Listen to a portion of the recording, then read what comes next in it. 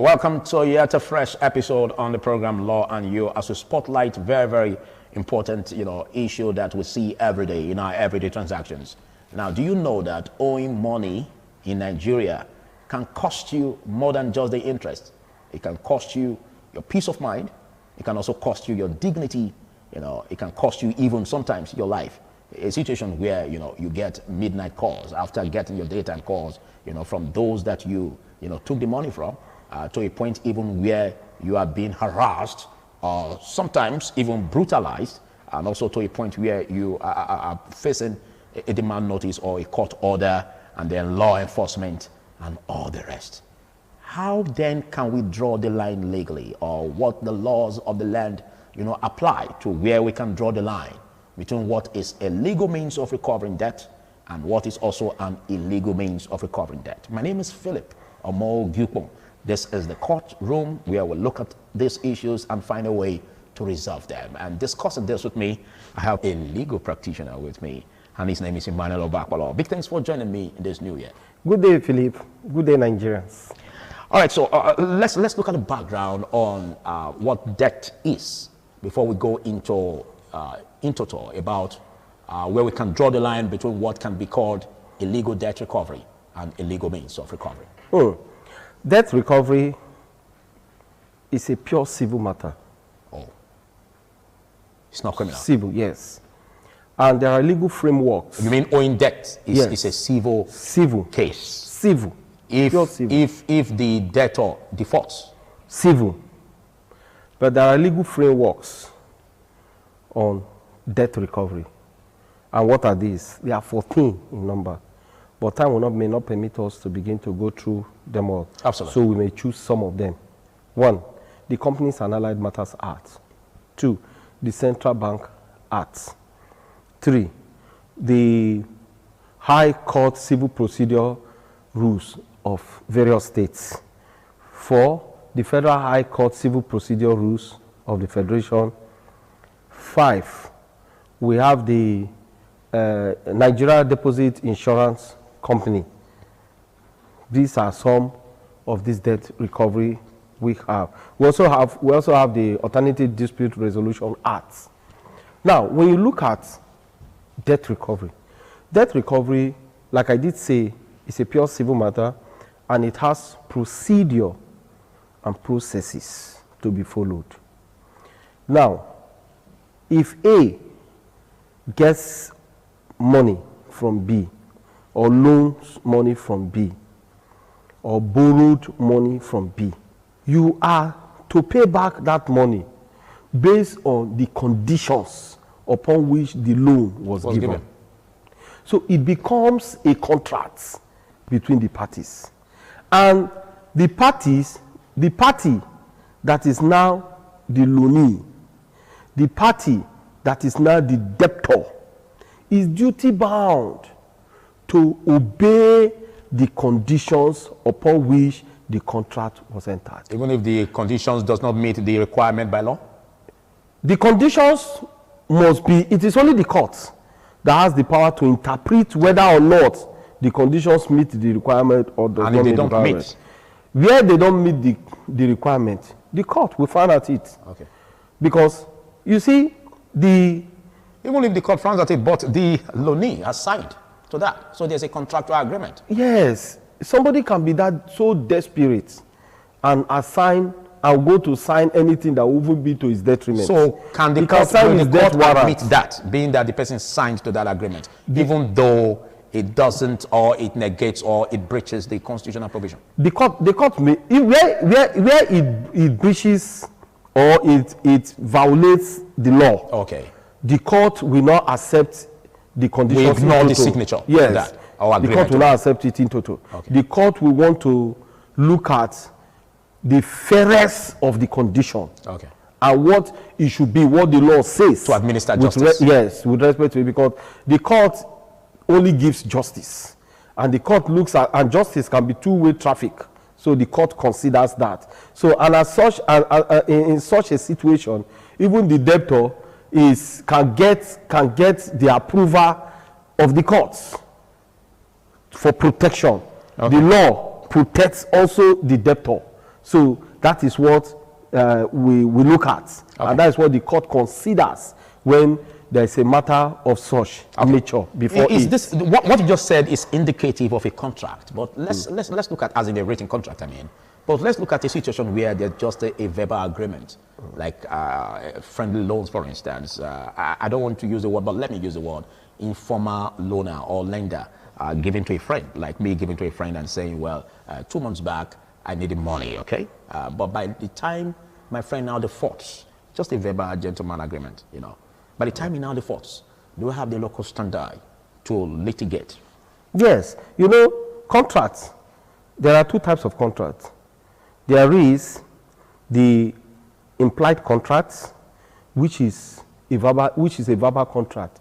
It simply means that the contract is not spelled out in black and white. The contract is not written.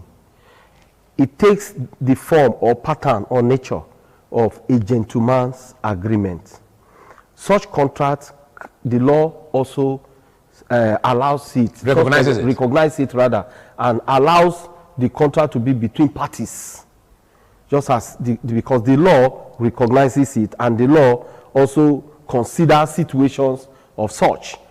There is also the express contract. This one now is a contract entered by the parties where they spell out the contract, the conditions, written, the terms, everything that the parties must do with respect to that contract.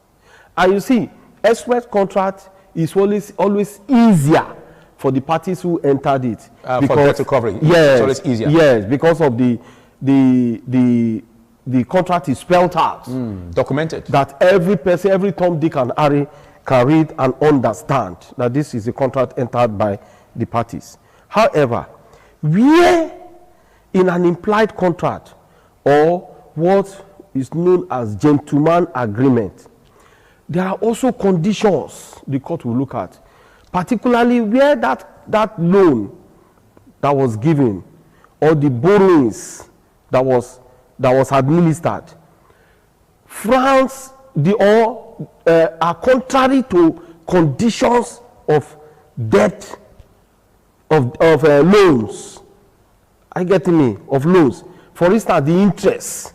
If the interest is overburdensome, if the interest contradicts the percentage as provided for by law, the law will also look at such contract that the parties ought to be fair to themselves with respect to that contract. So what the court the bond norm takes effect. Yeah. So what such a situation. Yeah. So what the court does is that the court looks at the fairness of the condition between the parties or amongst the parties, as the case may be. So in debt recovery, there are legal process to recover your debt. However, in course of carrying out the debt recovery, if a party, either of the party, choose to assault or batter another, it now has a criminal flavor. Okay. Before we go there, let's exhaust and explore this aspect you just said, most especially, for instance, for how you call it, a gentleman agreement, verbal agreement. And this does not involve, the lender having the license to do that. How does the court address this? Where the lender is not a certified lender, it becomes an issue. For debt recovery, you mean? Yes, or for to debt. litigate? Both. When you want to recover debt, you follow the processes. If you choose to toe the line of alternative dispute resolution, where a mediator is appointed, even for there to be a mediator, it is the parties that must apply to court. The parties must apply. So the court appoints, or the court appoints to them a mediator for them.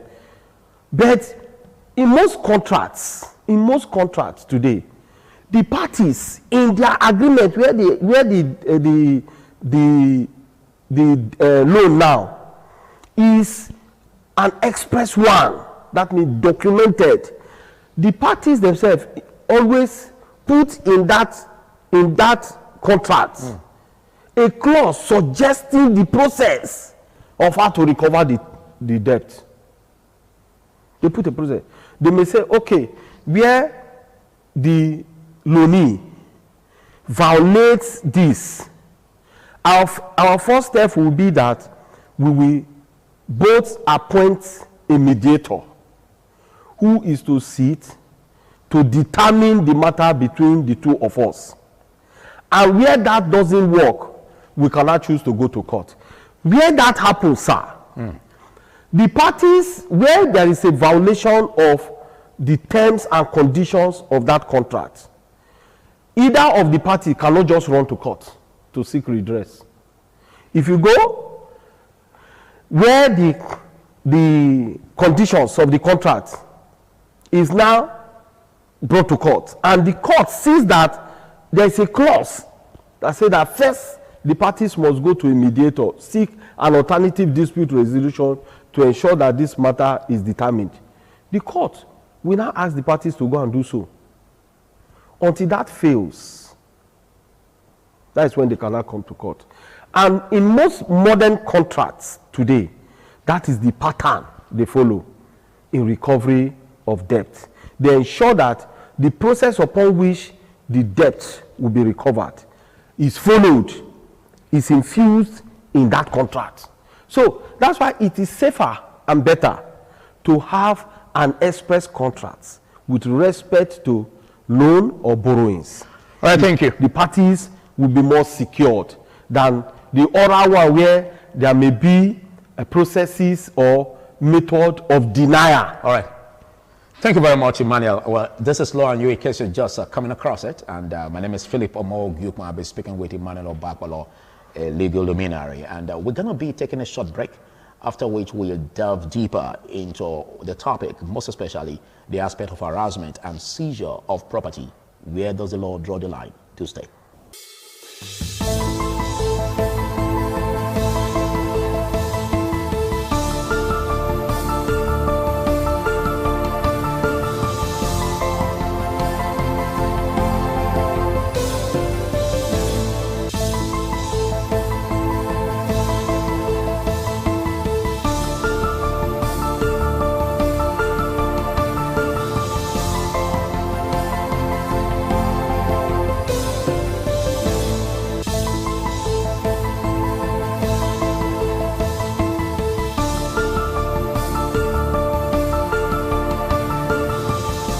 Welcome back. The show is Law and You. I still have my guest with me now. Can a loaner or a lender, seize the loanee's property without due process? No. It becomes an offense. It becomes a crime. It becomes a crime? Yes. Or a civil wrong? The civil wrong will not metamorphose to a crime because you cannot seize the property of a debtor or a loanee without a court order. Okay, a court order must be there. You cannot, you don't have that power. Okay, but let's paint a scenario where the lender is not really registered by law. Whether or not it's not a certified lender or a legal lender, a legal lender cannot seize. Talk less. More of a lender that is not certified. You cannot seize someone's property. That's why some of these persons who call themselves private lenders, who are registered, you see them, one of the conditions they give most times when there is need to borrow money from them, they will give a condition of bring a landed property. Yeah, like collateral security. Yes. My mind was going there. Bring a landed property. And most times their interest, they will want to go and know the land, see where the land is, and they begin to pick interest. So by the time the lender is defaulting, the loanee or the borrower is defaulting, you see them begin to show interest with respect to that land. At times they'll just go sell they pretend to sell the property to somebody, that person will overturn or sell the property to them again. So, and when they want to present before the court, if the matter now goes to court, they'll say that they sold. The court will say, no, you don't have that power. You don't have that power. Where there is a default of the contract entered by the parties, the best method or best step to take is to seek redress. Go before the court and say, XYZ had violated the agreement, the contract entered between us or between the parties. And as such, I want to recover my money. The court will come up with a proper judgment. Okay. Someone that will even give both parties peace. Okay, take for instance, in the gentleman's agreement, there was an agreement that if you are not able to pay me in 2-3 months, I pick your car. Is that admissible in court? It isn't. Even if the loanee signed to it? It isn't. You should pay back your money. And even if there's any need for the car to be sold, he should by himself sell his car and give you your money. It's safer. And it's legal. But where there's a seizure of the car by the lender, that becomes an illegal means of debt recovery. Illegal means of debt recovery. And it suggests crisis between the parties.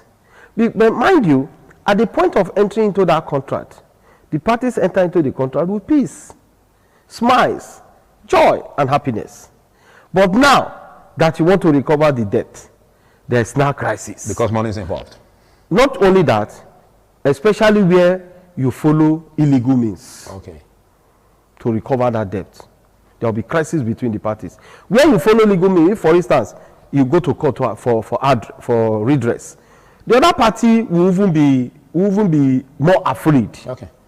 And may want to seek an alternative dispute ADR means of resolving the matter. May say, okay, may tell the court, my lord, can we settle out of court? Maybe at the close of the day, the court may pass such as consent judgment between the parties. But where you toe the line of illegality to recover that debt, it becomes an issue. Okay, let's look at how a loaner, or rather a lender, can get his debt back in terms of what is being owed, can recover his debt, most especially if he is not having the required license, and there are charges or interest that was inbuilt, because we had this conversation off camera. So I want you to bring back on record as in if such a lender or a gentleman who gave that money out, if he has the legal backing to impute interest when he has no license as a lender. It's commonsensical. He doesn't have right to request for any form of interest. He doesn't have that right. On the basis that he's not licensed? Yes, he doesn't have that right. Because that purported or supposed contract entered by the parties is even an illegal contract. And an illegal contract cannot become legal by seeking redress in the court. But the court can give it a soft landing, mostly to the creditor, because it was just an act of kindness. Act of kindness. Say, for instance, I'm lending money to a friend. It was an act of kindness. And of kindness. You can't tell me I can't get the money back, even though I built interest on it. No, you can't get that interest. I can't get the money with the interest. Yes. What makes you say so? Because you are not a certified lender. Okay, so what would the court do, or what do we have as the law? So it still depends on. I only get my money back without it. Yes, and it depends on the process you also follow. Considering the fact that this money has spent months, I would have rather given my money into the business and then it yields profit. It is not. Isn't the law going to also find a way to resolve that? Because it involves money that I would have kept into the business and it would have yielded profit. It is not the duty of the court to know how long the debt has been and the time you choose to recover the debt. It is not the duty of the court. That contract from the outset is an illegal contract. So you cannot now give it the flavor of legality to ensure, because it passed through the bank, for instance, and it was written loan. Loan. Mind you, you just told me that it's a gentleman agreement between two friends, and the lender is not a certified lender.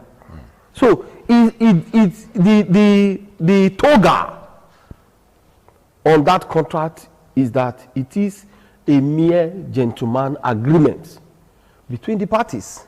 So he can seek redress to recover the debt, but the interest, he is not qualified to do that. He is not. He can just say, I need my money, stricto sensu.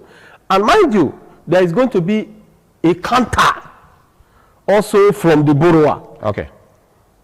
To say, no, it was this, it was not this. Okay, so let's look at the safest way, because it's one thing for you to request for money as a loan. It's another for you to keep integrity and get this money paid. Now, what's the safest way? Because we are advising the public, for instance. What's the safest way to get money as loans? Is it from just the bank? The bank. Microfinance bank also? Yes. Certified? Certified. Go to the bank. Make an application. We have too many banks. We have the Bank of Industry. We have the Bank of Agriculture. It depends on what you want to do with the money you want to loan. Because first, you must convince the bank what you want to use the money for. Not because you want to buy tissue paper. You now go and apply in the bank that you need a loan. Or personal consumption. Or you want to buy phone for yourself. You go to the bank and apply for loan. No.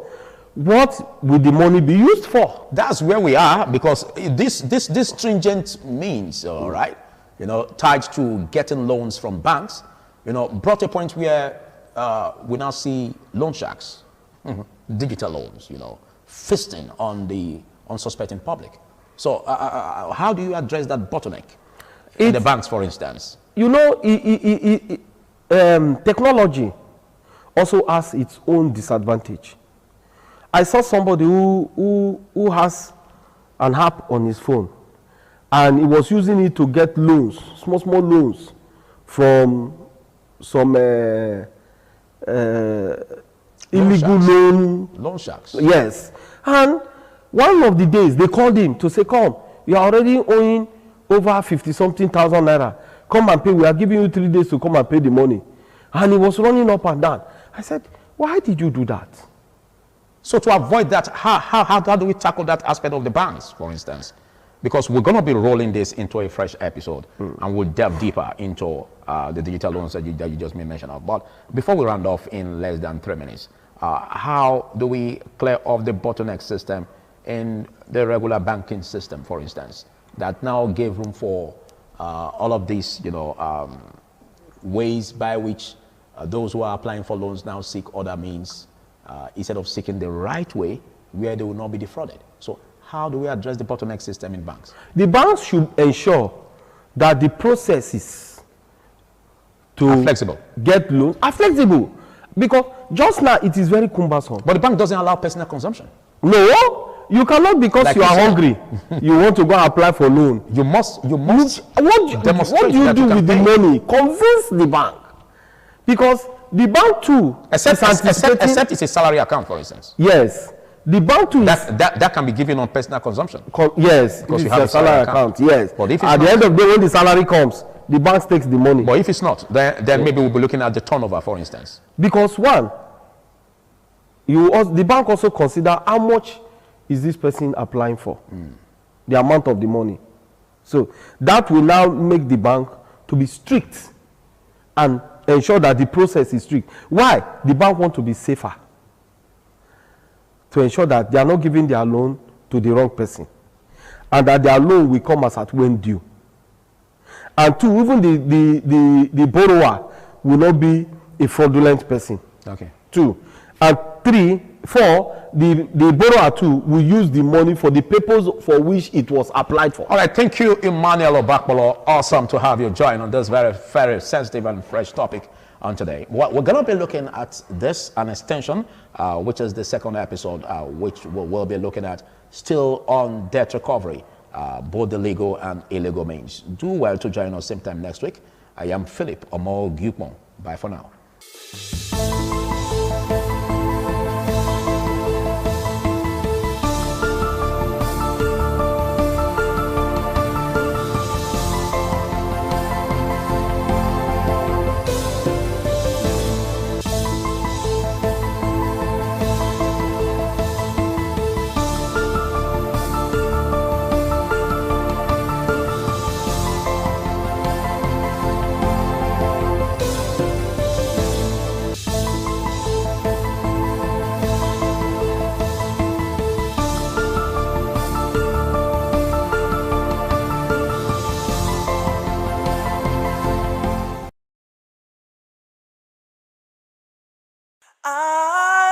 ITV, certainly the best.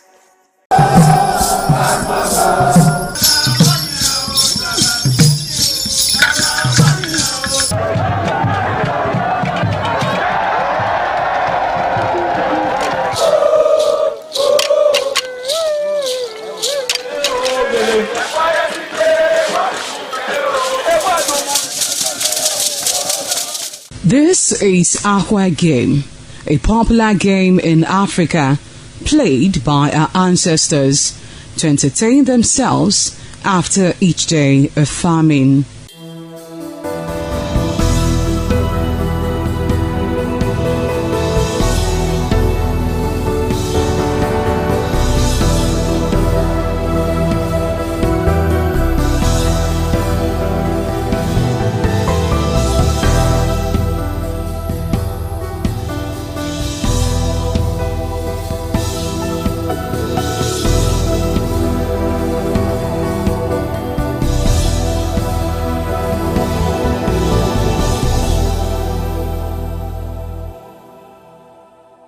It is also relevant in our coronation in Africa. It is a sport and indeed very interesting, as every seed had a role in the game.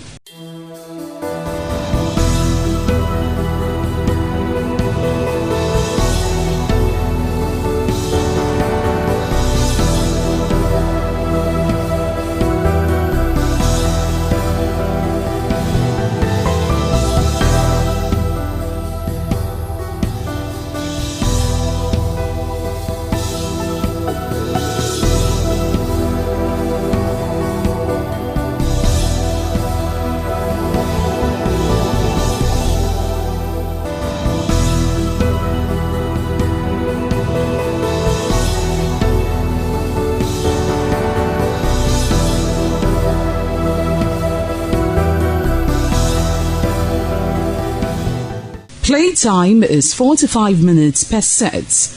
There is no age limit as long as you can spin aqua seed. Ayo or aqua game, known as the game of intellectual. This game requires a lot of mathematical skills. Aqua game is played with carved wooden box containing 12 holes.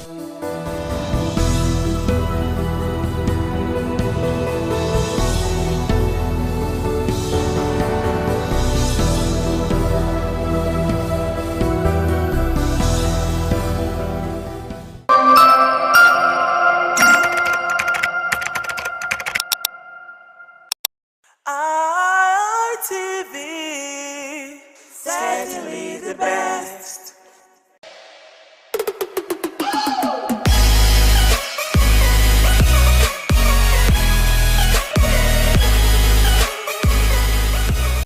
All right, guys, it's another lovely Monday evening, and it's my pleasure to have you join me on yet another beautiful episode of the Guys Hangout Show on independent television, reaching you live from that city of bronze. You know, I love to call it that city where the king is truly king. Now, for starters, the Guys Hangout Show is one show that, teaches men to prioritize themselves and, of course, to be the best that they can be, just so that they can give the best that they can give. It airs on this station every Monday. All right, my name is Harry Aigboje, and of course, it's my pleasure to have you join us on this episode of the show. Now, today, we're going to be taking a look at a very, very important topic, something that actually caught my attention of recent. Okay, sometimes you're just going about your daily activities, and then you just, for a second, certain things just cross your mind, and you begin to ask yourself, what has actually changed? What has gone wrong? How come things are no longer the way they used to be? And one of such things is the growing lack of parental discipline in our society as we have it today. What exactly went wrong? Whether you like it or not, you must have noticed that things are no longer the way they used to be, especially between parents and their kids. Those days when we were growing up, some of us had this reverence for our parents, right? Even in their absence. There were things we're not bold enough to do, we're not courageous enough to do, even in their absence, because of the kind of discipline that they gave us, right? So, for instance, I remember as a kid, I used to live within my boundaries as a child, right? I was not allowed to go to the next compound. Now, that was how I was raised. Not because my parents didn't like me, like us being free, but they just wanted to ensure that we lived within the boundaries that they set for us. Now, I'm sure a lot of you out there can also relate. Now, if you take a look at the parents of today, it doesn't seem to be like that anymore, right? A lot of parents seem to be more flexible in raising their children. Is it a good thing or is it a bad thing? My name is Harry Aigboje once again, and it's my pleasure to have you join us on this episode of the show. Now, like you already know, I'm not alone. I've got an amazing person in the house with me, and together we're going to be taking a look at this topic. Now, he is an educationist and also, a social analyst. He's really passionate about lots of things that are happening around us, and he loves to share his wealth of wisdom and experience on such matters. It's good to have you, Abu. Thank you very much, Mr. Harry. And as usual, it is good to be on the show today again. It is always a pleasure talking about issues that concerns us in society, especially issues like this, where if we keep quiet, things will get deteriorated and it will get out of hand. True. So, Bad things thrive because good men decide to keep quiet. Absolutely. So we must say something. Definitely, we must say something, and that's basically why we're here. I mean, we really can't help not to say something, all right? Now, we're going to be taking a look at this issue as we begin to look at it one after the other, right? Okay. Let's look at it from this angle. Parenting is serious business, right? And I don't think a lot of parents realize that, a lot of parents of this generation, because there seems to be this trend of people just giving birth without recourse to the responsibility of taking care of those children. So let's start from there. Why would anybody want to, start having kids without, considering what it will take and what it will cost, to take care of those children? Yeah, procreation is one biological gift that God and nature has given to humans. So any adult who has gotten to a certain stage can procreate, except he or she has a medical condition. Okay. But procreation is not a yardstick to be called a parent. So we have so many fathers and mothers who are not parents. Being a parent means you are ready for the job after birth. Birthing a child is your God-given talent or a God-given gift. Your natural ability. But that natural ability. But the idea of training this child, parenting, is a full-time job. I say full-time job because it's one thing that people just overlook, and because of that they think because they are fathers they could be called parents. No. We have so many fathers but few parents. So it's because of these few parents that we have in society that you see there is a growing lack of discipline in terms of parenting and all that. So I think the few parents that we have, if you see their children outside, you can distinguish them from those that have fathers and just mothers. So I think we should be seeing this thing from the idea of who are parents, to be precise. Okay. A parent is that person who is a father or a mother and has indulged herself into the act of bringing up this child. Children, the mind of a child is like a tabula rasa. Whatever you imprint on that mind is what goes a long way to determine what the child will become in life or how the child will behave and all that. But we really have people imprinting these things on the mind of the child. That is the question. I think that's $1 million question, because this is one question I believe a lot of parents do not ask themselves before they begin to procreate. Like you've rightly established, there's a clear difference between procreation there is. and parenting. Yeah. And I think that's what we need to begin to establish. What exactly is it with parents of nowadays? Just like I said in opening, when we were growing up, it was a different ball game, right? Yeah. We were raised with a very high level of discipline. So much so that parents of this generation will probably see that as you being too hard on your child. Okay. Now, what's the place of discipline in parenting? Let's begin. There are different factors that I think I will tie to this lack of parental discipline. Number one, the infiltration of Western culture into our traditional belief and norms.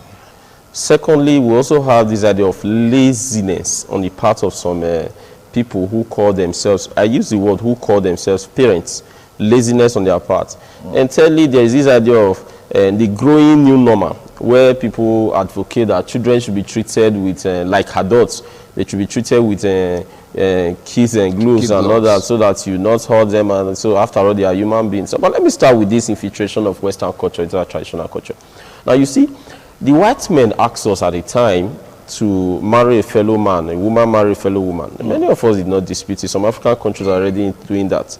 They also asked us to wear the suit, the sleeve, the waistcoat, the tie and all that, despite our hot weather. Many of us did not also dispute that fact. Okay. And we are doing it. But very recently, they are also asking us to treat a child as an adult. And so many parents have started, many fathers and mothers have started treating their child, their children, as adults. That's the problem. They want to train them in the Western way. They want their children to see themselves as adults. They are rushing them through that childhood. They don't want them to enjoy that childhood. They don't want them to see themselves as children. That state of innocence is no longer there. A child that just here, you call that child that you want to reason the child like an adult. What's his reasoning capacity in the first place? Now, brother, what is the rationale behind you sitting a child down to say, let's discuss? You are just 4 now. And who told you that a 4 years old is thinking like an adult already? It's not. I know many will say this is a computer age and jetted. Leave that computer age and jetted. Children are children. And most say, how were we brought up? we were told that if you misbehave, I will flog you. I have so many parents in my area. My father was not just my father. Yes, he was my biological father, but I have so many fathers that before my father even come back from his workplace, someone else have disciplined you if you misbehave and all that. Do we still have such in our society? No. You see, everybody wants to say my family. So you're saying that in those days there was a communal mindset? A communal mindset. All parents were parents, and all children were children to all parents.